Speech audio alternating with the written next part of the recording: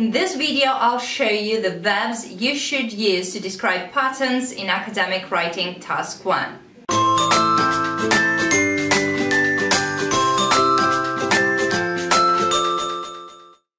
Welcome back to my channel. This is Dori. I'm a teacher of English, and in this video I want to show you the verbs you need to know in order to describe patterns and values in academic writing task 1.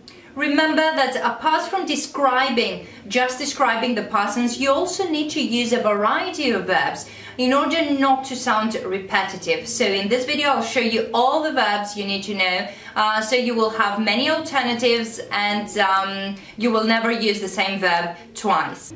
Also, these verbs could be used in different types of situations according to the picture you're going to get. So let's go first and see the verbs that you can use to describe increases. So here we go. First of all, we have increase, obviously. We have rise, grow, improve, climb, soar, peak.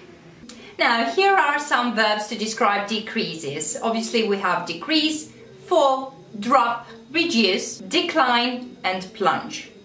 Now when a value returns back to a normal condition after a period of trouble or of difficulty, then you can use the verb recover.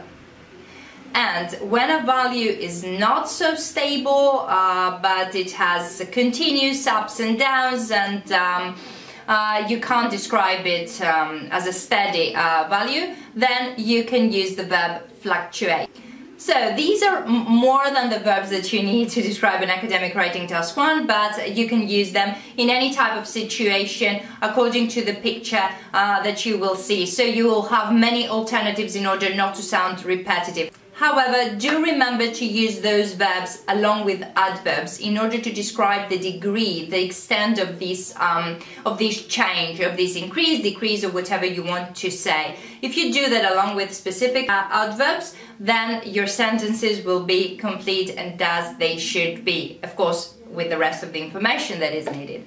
Okay, that's it for today. If you found this video helpful, please do subscribe and like. Also, do check out the description box below for useful other links to my social media and my website with useful tips. You will also find a link to my #1 recommendation self-study online course for IELTS that many of my followers had great success with. So until next time, thank you very much for watching and good luck with your exam.